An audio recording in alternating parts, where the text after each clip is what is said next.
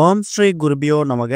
ஓம் ஸ்ரீ மகா பெரியவா சரணம். வரும் ஆகஸ்ட் 16ஆம் தேதி சனிக்கிழமை கோகுலாஷ்டமி, அதாவது கிருஷ்ண ஜெயந்தி.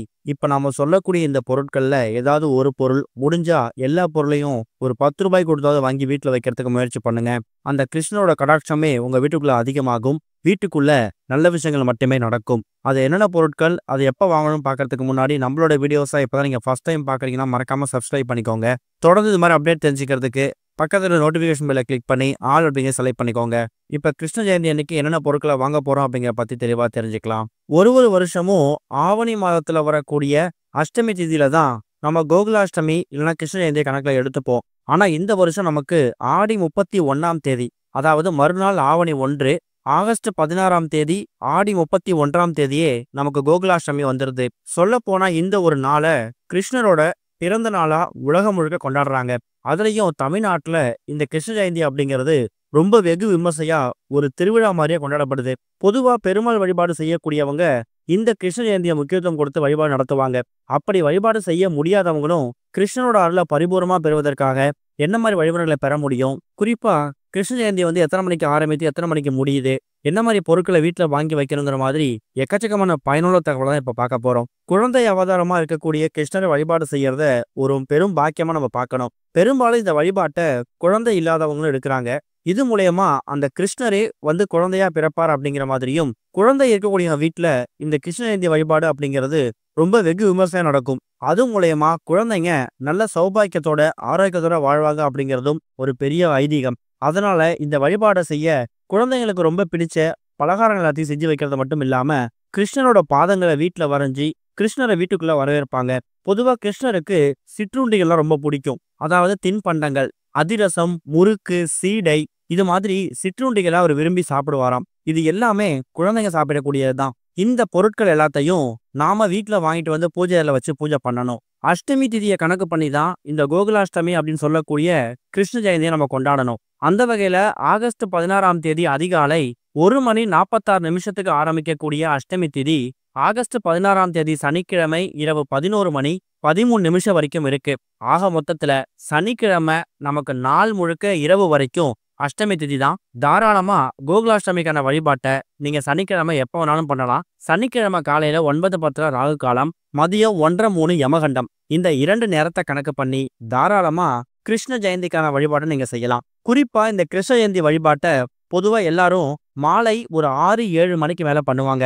தாராளமா மாலை 6-7 மணிக்கு மேல பண்றது கூடுதல் விசேஷம். கிருஷ்ணரோட பாதங்களை அரிசி மாவால தயார் செய்து, அதுலயும் வீட்டு வாசல்ல இருந்து பூஜை அறை வரைக்கும் கிருஷ்ணனோட பாதம் வர்ற மாதிரி தயார் செய்து நீங்க கோலம் போடணும். கிருஷ்ணருக்கு பிடிச்ச சிற்றுண்டிகள் எல்லாத்தையும் நீங்க நைவேத்தியமா செஞ்சு வச்சு படைக்கணும். ஒருவேளை வீட்லயே செய்ய முடியலன்னா இப்ப கடைகள்லயே கிருஷ்ண ஜெயந்தி அன்னைக்கு கிருஷ்ணருக்கு பிடிச்ச உணவுகளை ஒரு முழு பாக்ஸாவே விற்கிறாங்க.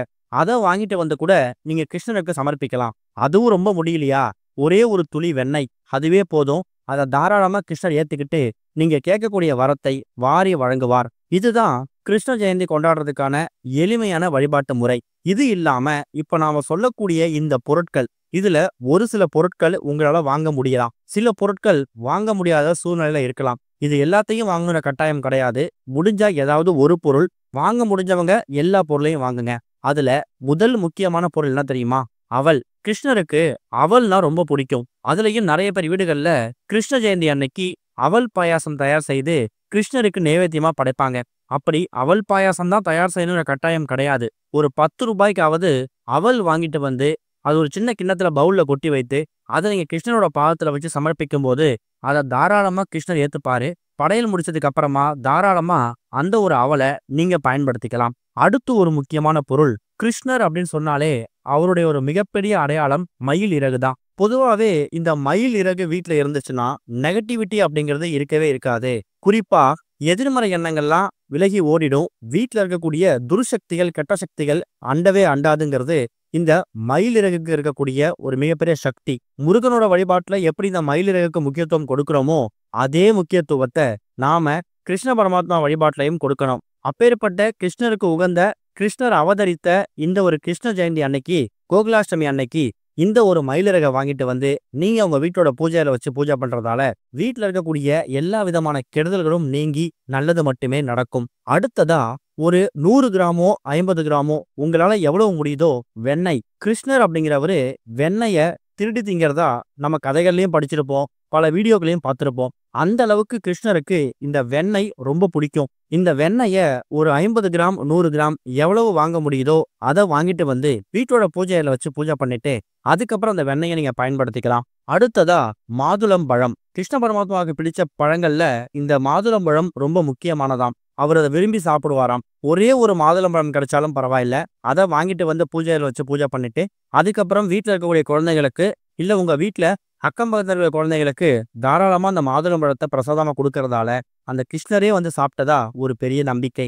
அடுத்தது துளசி இலைகள். பொதுவா துளசி இலை அப்படிங்கிறது எல்லார் வீடுகள்லயும் இருக்கக்கூடிய செடிகள்ல ஈஸியா கிடைச்சிடும். இதை ஏன் நம்ம காசு கொடுத்து வாங்கணும் ஒரு கேள்வி வரும். நம்ம வீட்டுல துளசி செடி இருந்தாலும் பெருமாள் கோவில், ஆஞ்சநேயர் கோவில் மாதிரியான கோவில்கள்ல இந்த துளசியை வந்து நூல்ல மாலையா கட்டி அவங்க விற்பாங்க.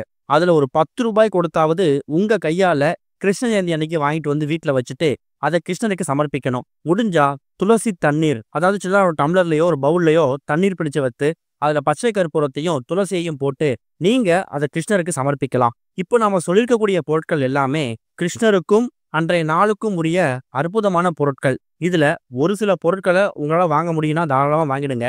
வாங்க முடியாத பொருட்களை நீங்க தவிர்த்துட்டு என்ன பொருள் வாங்க முடியுமோ அதை ஒரு பொருளாவது வாங்கி வீட்டுல வைக்கிறதுக்கு முயற்சி பண்ணுங்க.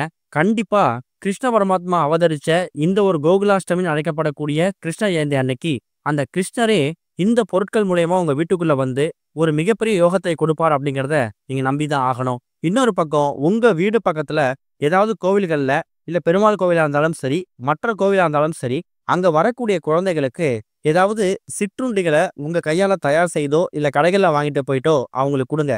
அக்கம் பக்கத்துல கொடுக்கறது வேற. இல்ல அதுவும் முடியலையா, உங்க வீடு பக்கத்துல ஏதாவது ஆதரவற்ற இல்லங்கள் இருக்கும். அங்க எவ்வளவு குழந்தைங்க அடுத்த வேளை சாப்பாடு கூட வழி இல்லாம கஷ்டப்படலாம். இல்ல யாராவது உதவி செய்வாங்க காத்துக்கிட்டு இருக்கலாம். அப்படிப்பட்ட குழந்தைகளுக்கு கிருஷ்ண ஜெயந்தி அன்னைக்கு, அதாவது கோகுலாஷ்டமி அன்னைக்கு உங்க கையால தான தர்மங்கள் பண்ணலாம். ரோட்ல ஆதரவு இல்லாம சுற்றி திரியக்கூடிய முதியவர்களுக்கும் பண்ணலாம்.